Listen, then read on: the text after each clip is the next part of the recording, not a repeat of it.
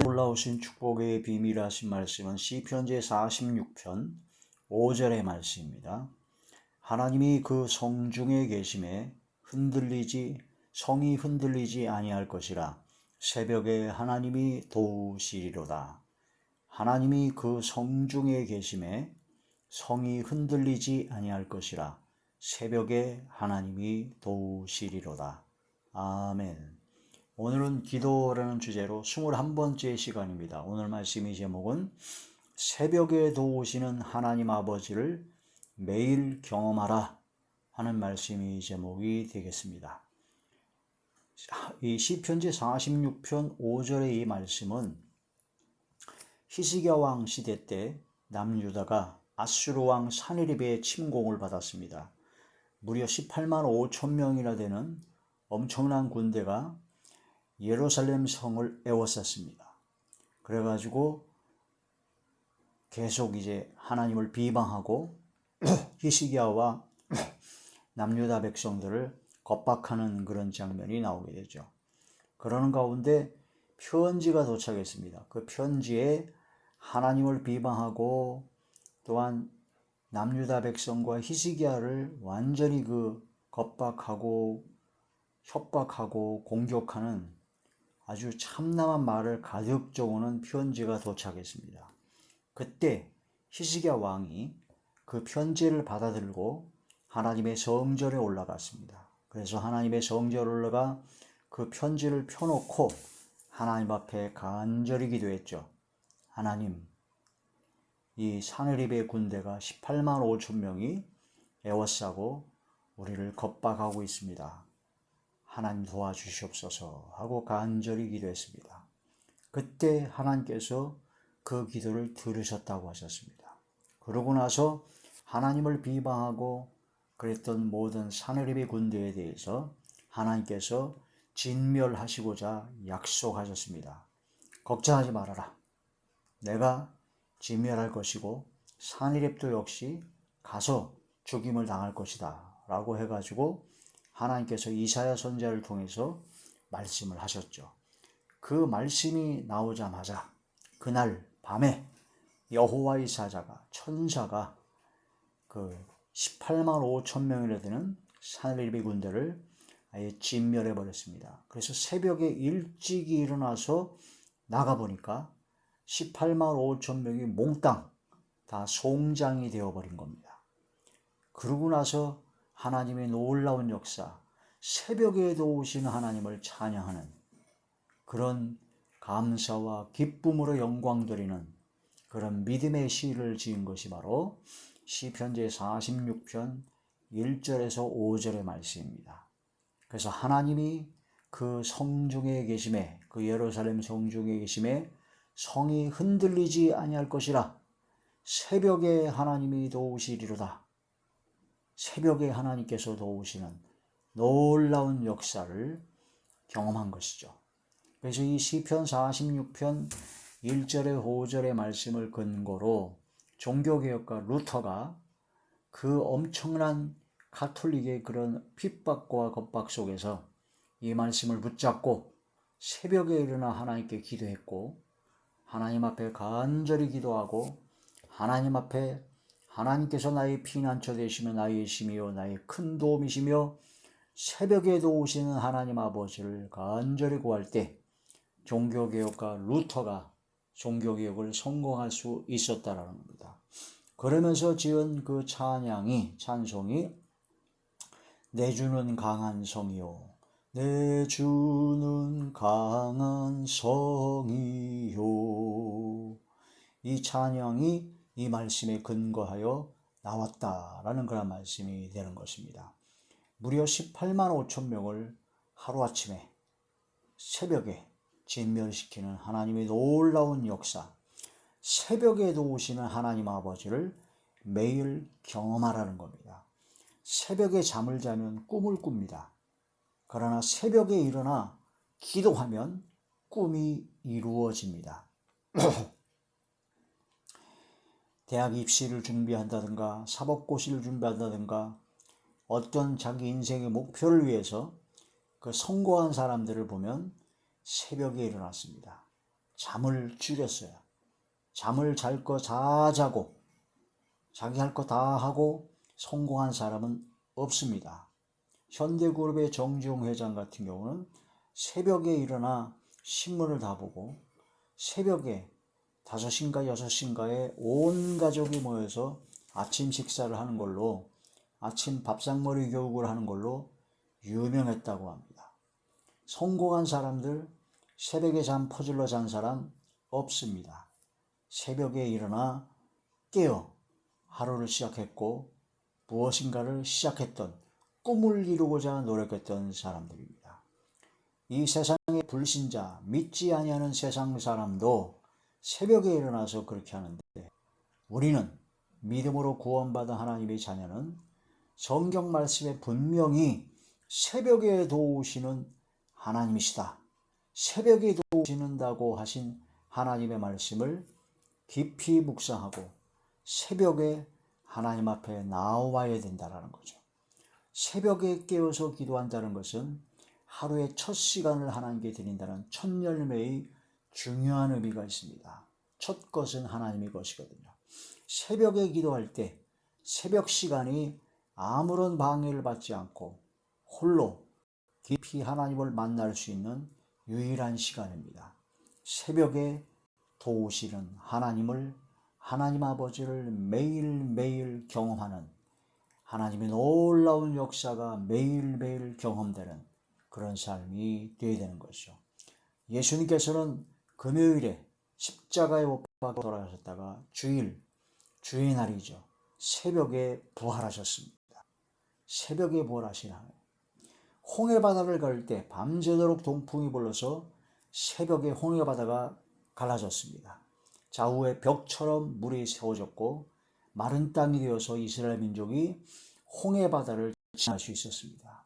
그때 애국 군대가 쫓아왔습니다. 새벽에 그 애국 군대가 쫓아올 때 애국 군대를 구름기둥으로 혼미하게 해가지고 결국은 이스라엘 민족이 있는 그 홍해바다 그쪽은 좌우에 벽겨서 마른 땅이 되었고 하나님께서 애국 군대가 있는 그쪽에 있는 홍해물만 쏟아부어 가지고 홍해바다에 완전히 수장시켜 버렸던 겁니다. 새벽에 홍해를 가르시고 애국 군대를 진멸하신 하나님이십니다. 여리고성을 하나님께서 새벽마다 하루에 한 번씩 아무 말 없이 돌라고 했습니다. 그러다가 7일째 되던 날에 7번을 돌라고 했습니다. 그리고 여리고성을 향하여 함성을 지르라. 그 말씀대로 새벽에 일찍 일어나 7번 돌고 소리를 지르니까 여리고성이 함락이 되어버렸습니다. 여리고성은 견고한 성입니다. 어느 누구도 침범하지 못할 굉장히 견고한 성으로 여리고성 사람들은 그 성을 믿었죠. 그러나 하나님께서 새벽에 하나님께서는 여리고성을 무너뜨려 버렸습니다. 새벽에 역사하시는 하나님, 새벽에 도우시고 새벽에 응답하시는 하나님을 알아야 된다는 거죠.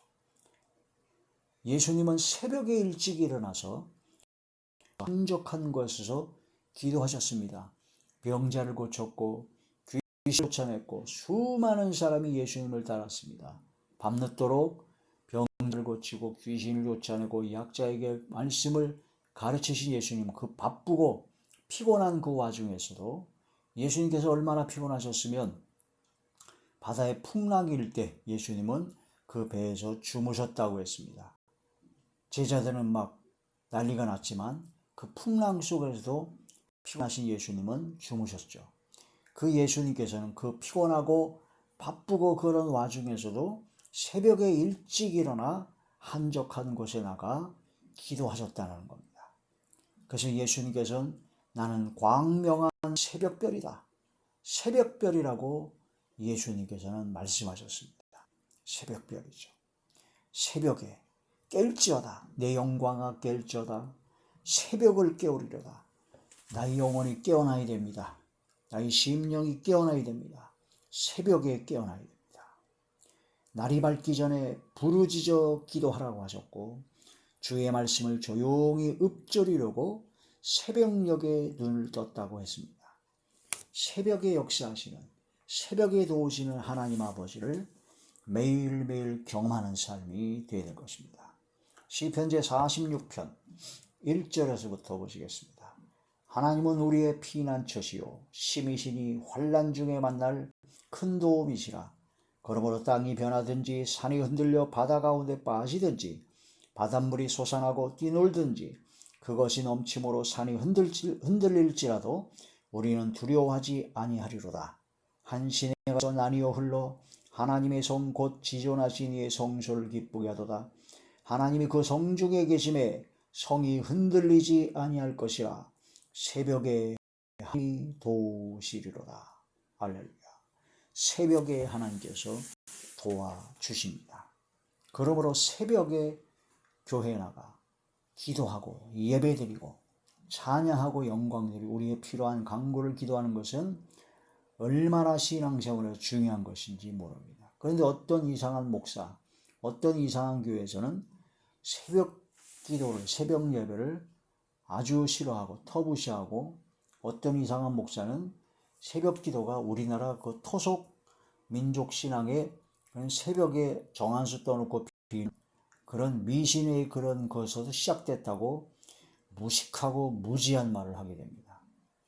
아니, 우리나라의 그런 모든 토속 민속 신앙, 무당에서 개종한 사람들이 얘기를 들어보면 그 무당이 귀신이 역사하는 그런 모든 제사제도라든가 그런 모든 것이 성경 말씀을 레위기라든가 보니까 거기에 다 나와 있더래요.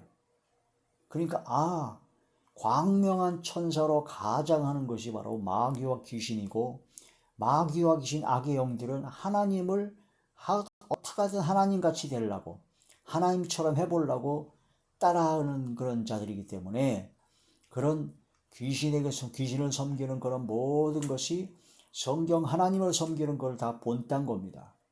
그래서 그런 귀신을 섬기는 미신을 섬기는 그런 자들이 새벽에 정한수 떠놓고 새벽에 막 목욕 제기하고 막 그런 모든 것이 그런 것이 그들에게 시작된 것이 아니라 그들에게 시작돼 가지고 그게 지금 우리 현재 새벽 기도를 하는 우리 교회가 그걸 따라한 것이 아니라 원래 새벽에 하나님께서도 오시는 하나님의 역사 창세기 처음 시초부터의 하나님의 말씀 하나님의 전능하신 하나님의 말씀에 그런 모든 것이 새벽에 이루어졌고 새벽에도 오신 하나님이 그런 모든 역사를 했다는 것을 그걸 알고 마귀와 귀신과 악의 세력들이 그걸 따라한 것이다라는 거죠. 그런데 이런 무식한 목사가 이런 무지한 목사가 우리나라 1900년도 조선 말기에 길손주 장라든가 그런 사람들이 새벽에 정한수 떠놓고 미신에서 그런 미신에 섬기던 그 습관을 따라서 새벽에 교회에 나가 기도하는 게 그게 새벽 기도의 시초가 되었다라고 하는 이런 무지막지한 우매무지들이 있다라는 겁니다. 그러면서 새벽 기도를 하지 말라고 그래요.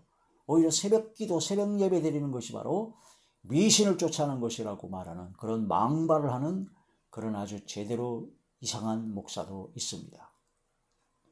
성경 분명히 하나님의 말씀에 새벽에 도우신다고 말씀하셨습니다. 새벽을 깨우신다고 그랬고 예수님도 그 바쁜 와중에서 그 피곤한 와중에서도 새벽에 일어나 한적한 곳에서 항상 기도하셨습니다. 그런 예수님을 따라 그런 성경 말씀의 근거를 따라 우리가 새벽에 깨어 일어나 기도하고 삶을 살아야 된다는 거죠.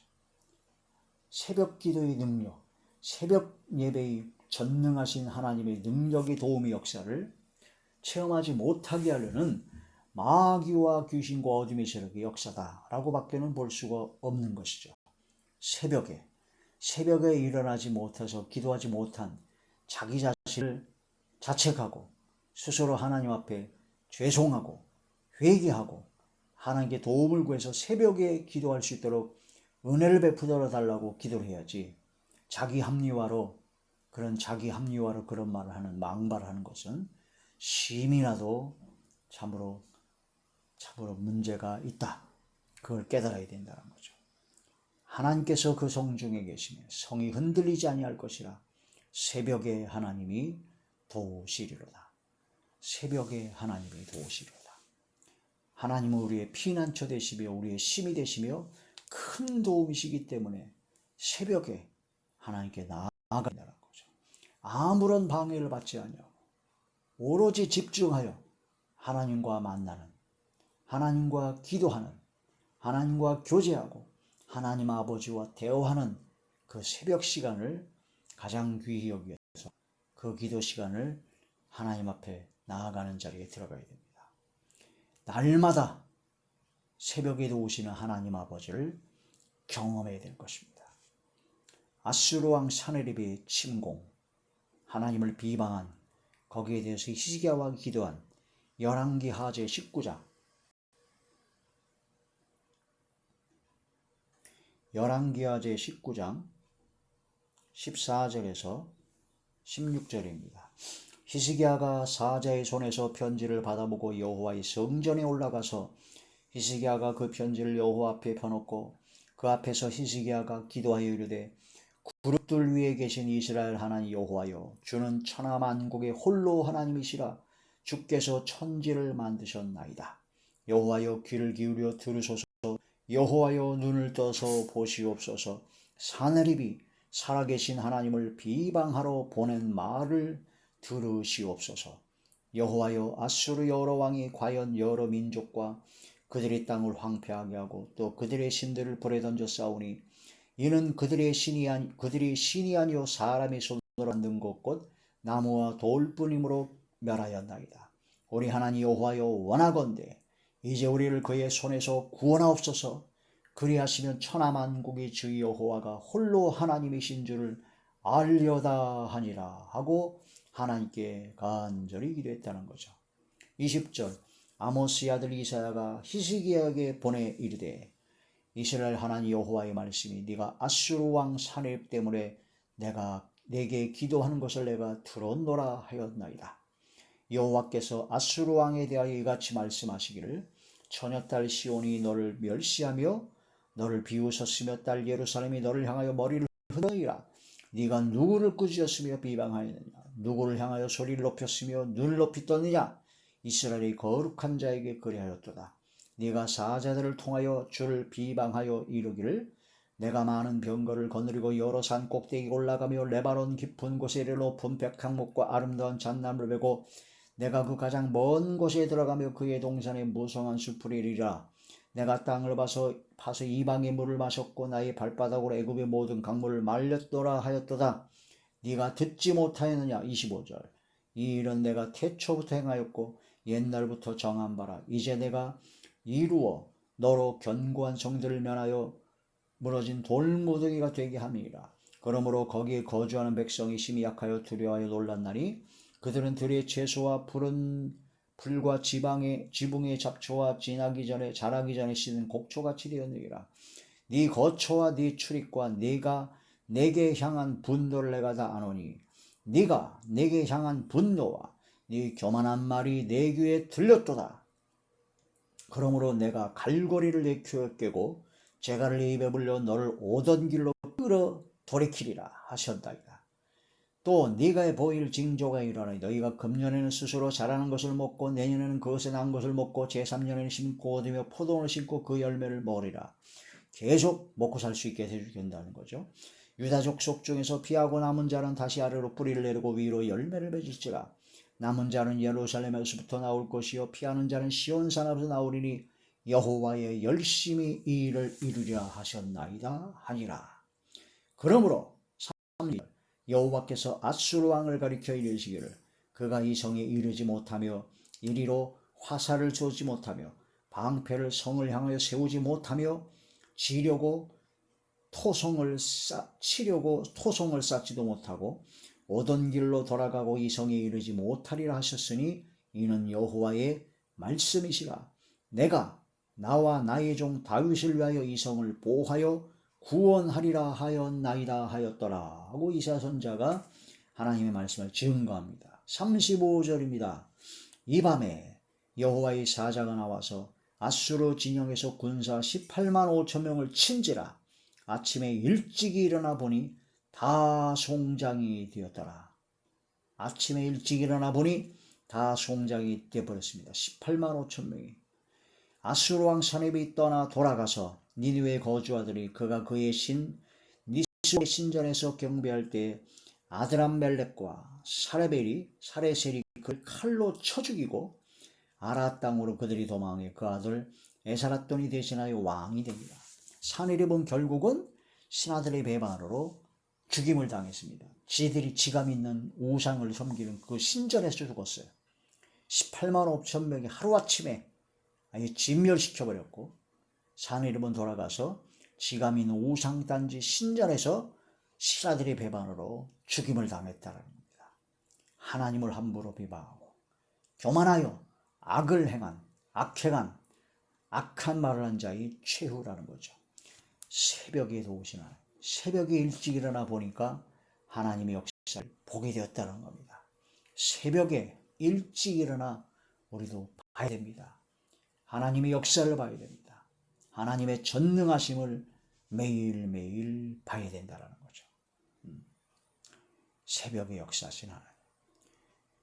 애국 군대를 홍해에서 새벽에 괴멸시켜버렸습니다. 출애굽기 14장 21절에서 모세가 바다 위로 손을 내밀매 여호와께서 큰 동풀이 밤새도록 바닷물을 물러가게 하시니 물이 갈라져 바다가 마른 땅이 된지라. 이스라엘 자손이 바다 가운데를 육지로 걸어가고 물은 그들의 좌우에 벽이 되니 애굽 사람들과 바로의 말들 병거들과 그 마병들이 다 그들의 뒤를 추격하여 바다 가운데로 들어오는지라. 24절입니다. 새벽에 여호와께서 불과 구름 기둥 가운데서 애국 군대를 보시고 애국 군대를 어지럽게 하시며 그들의 병거 바퀴를 벗겨서 달리기가 어렵게 하시니 애굽 사람들이 이르되 이스라엘 앞에서 우리가 도망하자. 여호와가 그들을 위하여 싸워 애굽 사람들을 치는도다. 여호와께서 모세에게 이르되 네 손을 바다 위로 내밀어 물이 애굽 사람들과 그들의 병거들과 마병을 위해 다시 흐르게 하라 하시니 모세가 곧 손을 바다 위로 내밀매 새벽이 되어 바다의 회복된지라. 애굽 사람들이 물을 거슬러 도망하나 여호와께서 애굽 사람들을 바다 가운데 푸시니 물이 다시 흘러 병거들과 기병들을 덮어 그들의 뒤를 따라 바다에 들어간 바로의 군대를 다 덮으니 하나도 남지 아니었더라. 그러나 이스라엘 자손은 바다 가운데를 육지로 행하였고 물이 좌우에 벽이 되었더라. 할렐루야. 새벽에 하나님께서 애국 군대를 진멸해 버리시는 겁니다. 새벽에 7번 돌고 외치니 여리고성이 무너졌습니다. 여호수아 제6장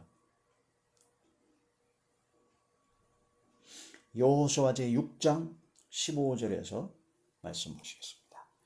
7째 날 새벽에 그들이 새벽에 일찍이 일어나서 전과 같은 방식으로 그 성을 7번 돌리, 그전에는 6일 동안 6번을 돌았어요. 그 다음에 7번째 날에 7번 돌았습니다. 그 성을 7번 돌기는 그날뿐이었더라. 7번째 제사장들이 나를 볼 때 여호수아가 백성이 이르되 외치라. 여호와께서 너희에게 이 성을 주셨느니라. 이 성과 그 가운데 있는 모든 것을 여호와께 온전히 바치되 기생나앗과 그 집에 동거하는 자를 모두 살려주라. 이는 우리가 보낸 사제들 그가 숨겨주시니라. 이렇게 쭉 해가지고 20절에 보시면요. 이에 백성은 외치고 제사장들은 나팔을 불매 백성이 나팔 소리를 들을 때 크게 소리질러 외치니 성벽이 무너져 내린지라. 백성이 각기 앞으로 나아가 그 성에 들어가서 그 성을 점령하였습니다. 새벽에 일찍 일어나 하나님의 말씀대로 순종하여 7번을 돌고 외치니 여리고성이, 그 견고한 성 여리고성이 무너졌습니다. 우리도 여리성과 같은 그 견고한 문제들, 걱정, 근심, 염려, 그런 모든 문제들이 새벽에 일어나 하나님 앞에 나아가 기도하고 부르짖을 때 여리고성이 무너진 것처럼 우리들의 견고한 모든 문제들은 다 무너져 버릴 것입니다. 할렐루야. 예수님은 그 바쁜 와중, 그 피곤한 와중에서 새벽에 항상 일어나 한적한 곳에서 기도하셨습니다. 마가복음 제1장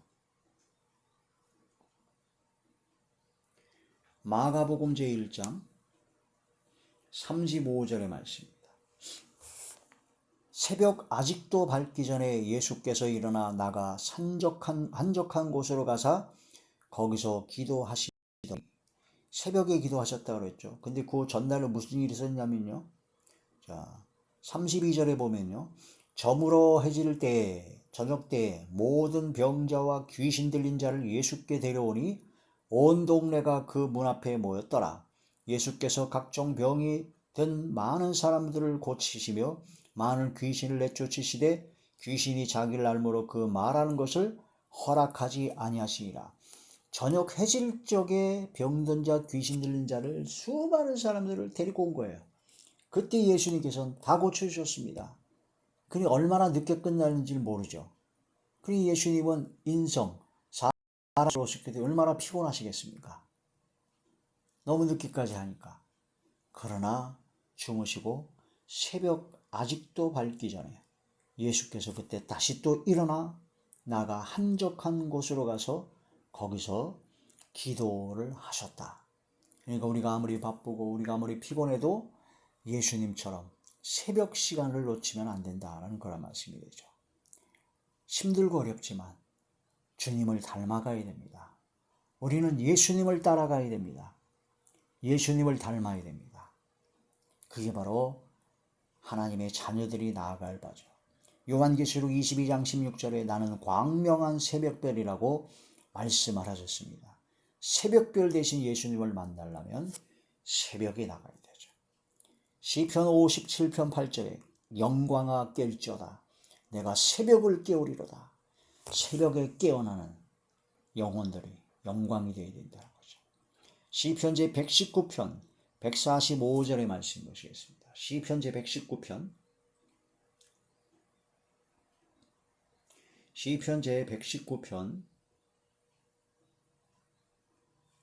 145절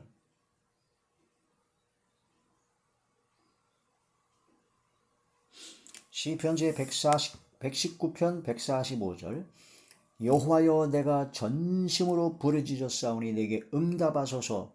내가 주의 교훈들을 지키리이다. 내가 주께 부르짖었사오니 나를 구원하소서. 내 주의 증거들을 지키리이다. 147절입니다. 내가 날이 밝기 전에 부르짖으며 새벽에 부르짖으며 주의 말씀을 바라싸우며 148절 주의 말씀을 조용히 읊조리려고 내가 새벽녘에 눈을 떴나이다. 주의 인자하심을 따라 내 소리를 들으소서. 여호와여 주의 규례들을 따라 나를 살리소서. 새벽에 일찍 일어나 주의 말씀을 읊조리고 주의 말씀을 묵상하고 주의 말씀을 읽으며 말씀을 붙잡고 새벽에 부르짖어 기도하라는 겁니다. 그래서 새벽에 기도, 새벽에 예배를 드려야 됩니다. 새벽에 제단을 쌓아야 된다는 거죠.